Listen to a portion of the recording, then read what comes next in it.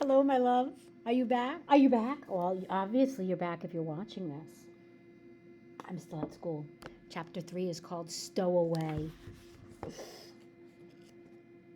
Pitter clop splosh badunk. Clop splosh badunk pitter. Mary listened to this conversation between the coach, the horse, the cobblestones, and the rain, but she felt it had little to add. Instead, she observed the unexpected stranger seated opposite her.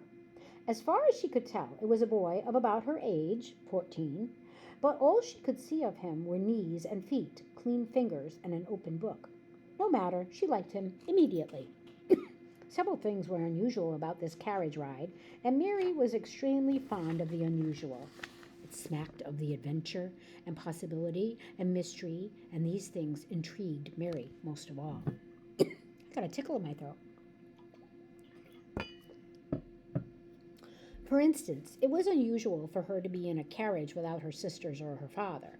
It was also unusual for her to be in a carriage with someone who wasn't any of those people, and unusual indeed for there to be someone already in the carriage when she got in.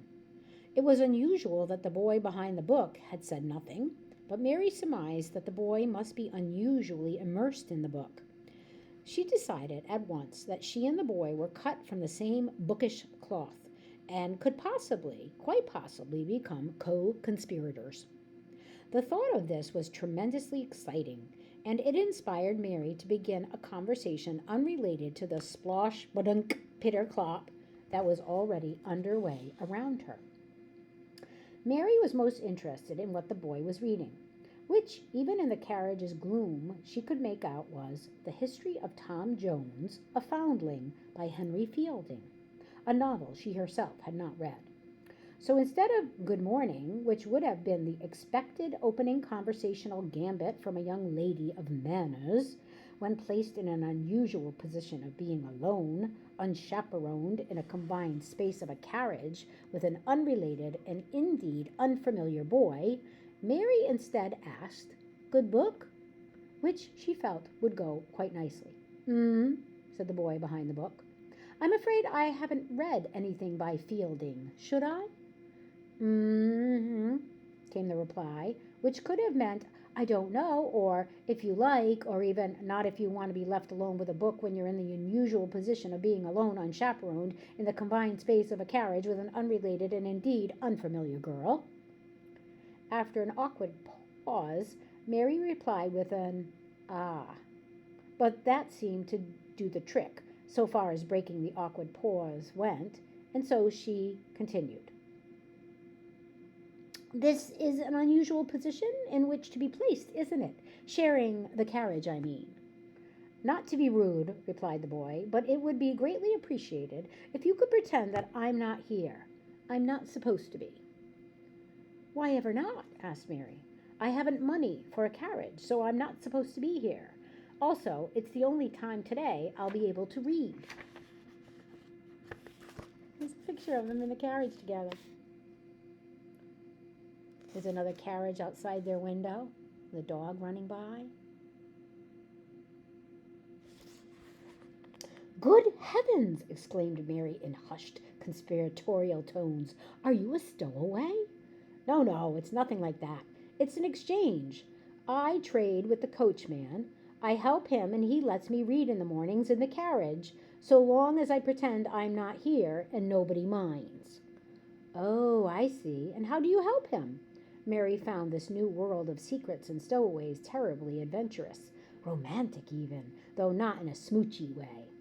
"He gets letters from his mum and he likes to send word back, so I read and write his letters for him." "The coachman is unable to read or write?" "He never went to school and nobody taught him. It's not his fault." No, of course not. It's very kind of you to help him."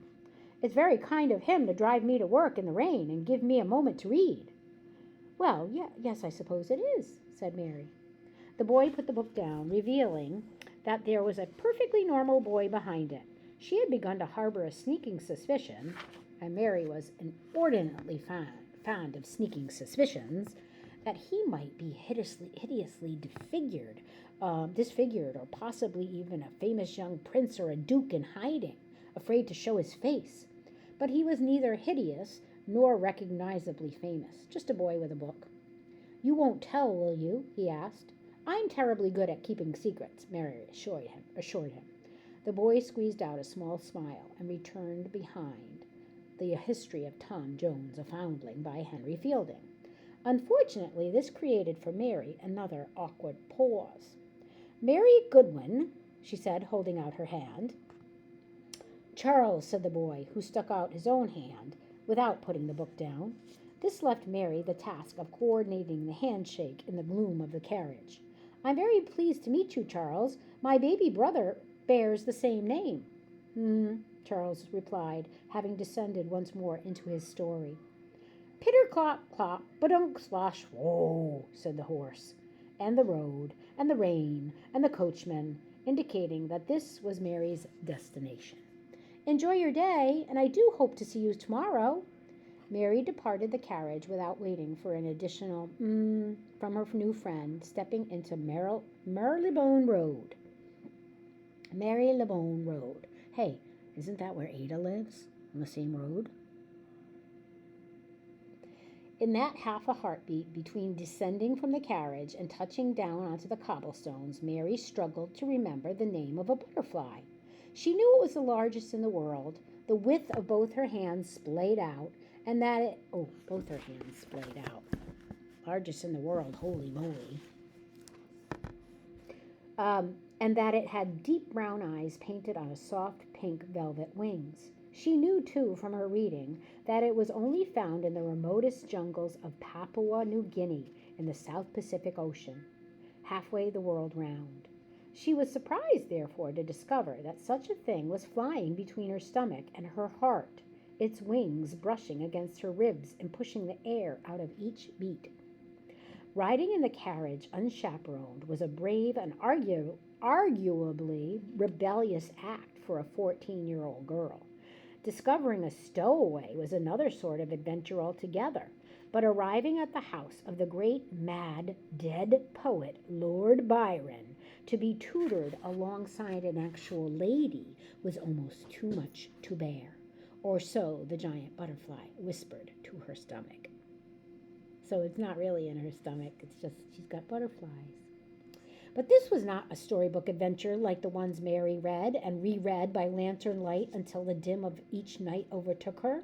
This was a real adventure, with herself in a starring role. It was this or the dreaded, confining, dull gray horror of school, about which Mary had only heard from her cousins. Still, in that half a heartbeat, Mary put down the need to name the butterfly and blew it out of her chest like the puffing out of a candle. The toe of her shoe touched the earth, and her adventure would be what it would be. Incendiary is the name of the next chapter. That means easily caught on fire.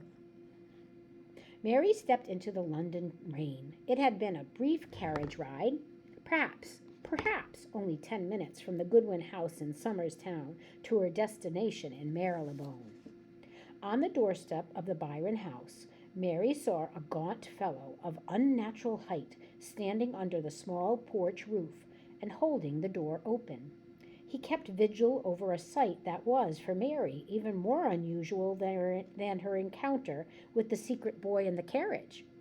Mary watched as a girl, perhaps 11, rain-soaked, in a once pretty but now filthy and outgrown gown, poked at a heap of horse dung with a short-handled coal shovel. Dung is the name for poop. There's Ada, shoveling poop, I think. I think it's Ada. And here comes Mary, and there's that tall butler.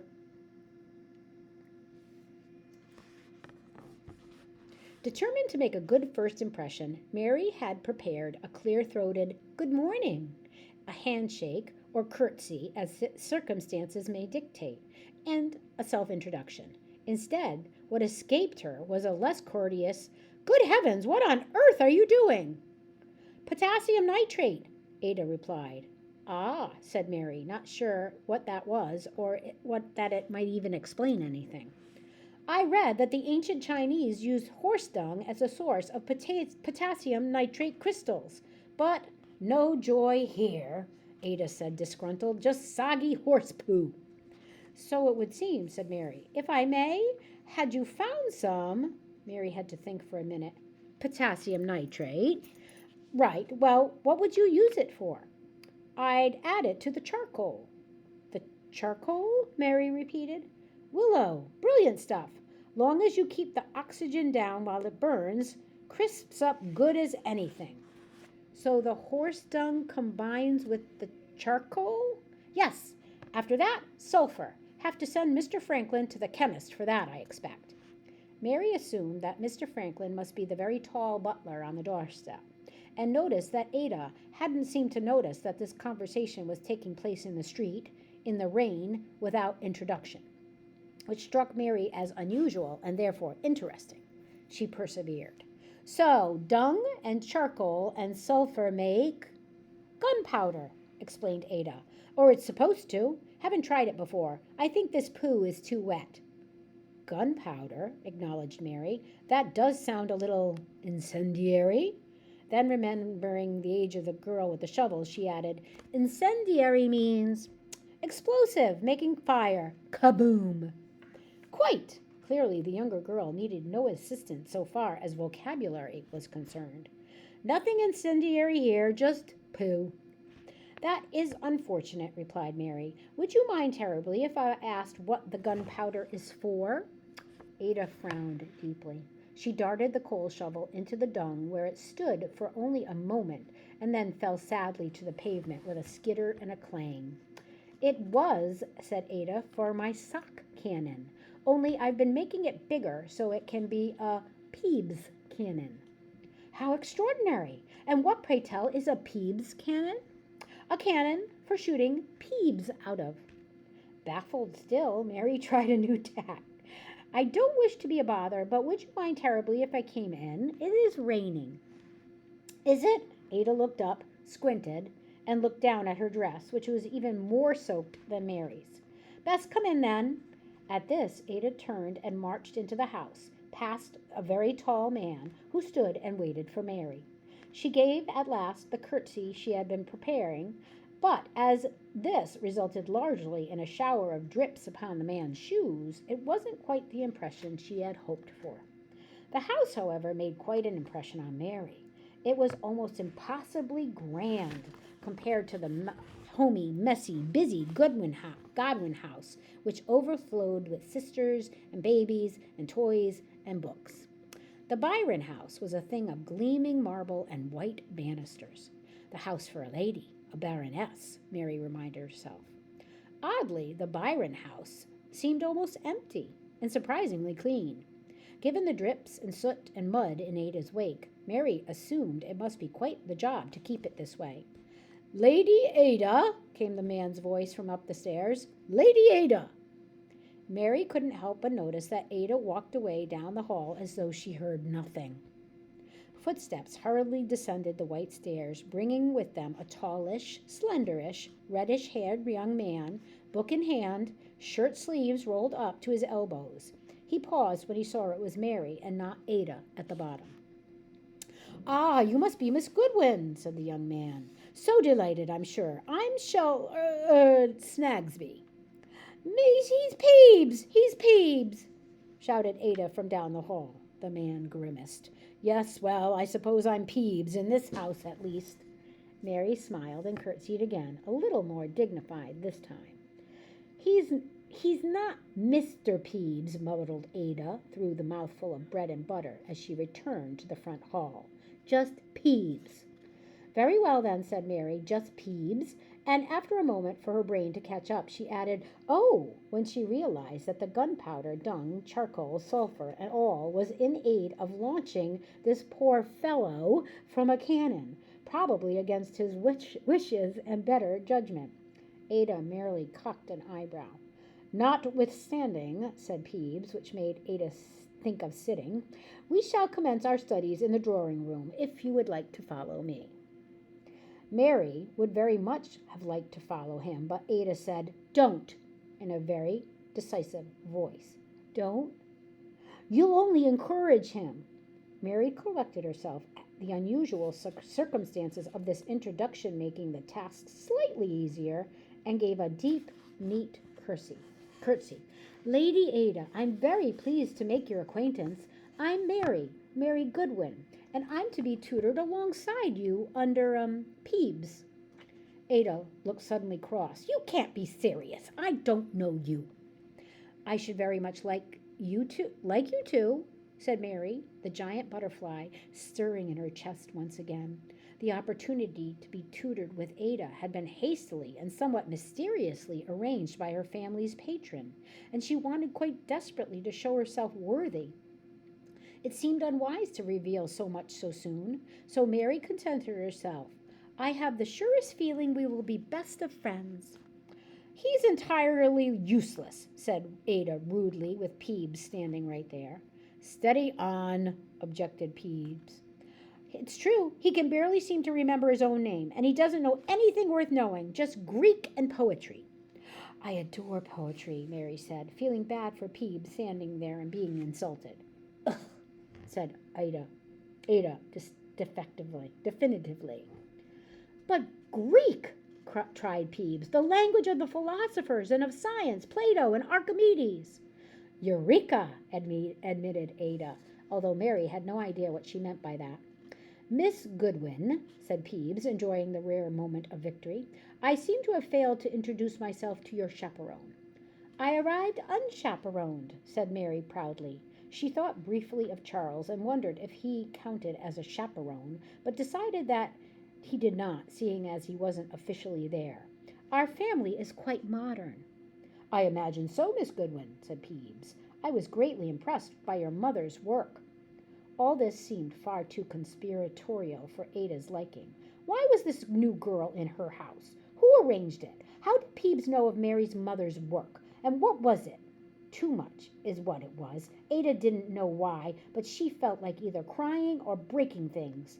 She found herself pulling at the fabric of her dress, something Miss Coverlet constantly chided her for doing, and this made her more upset, both because she was doing something without meaning to and because Miss Coverlet was no longer there to chide her for it. Ada fled up the stairs and not to the drawing room to study Greek. This is so good. I'm enjoying it. I hope you are too. Goodbye, my lovely.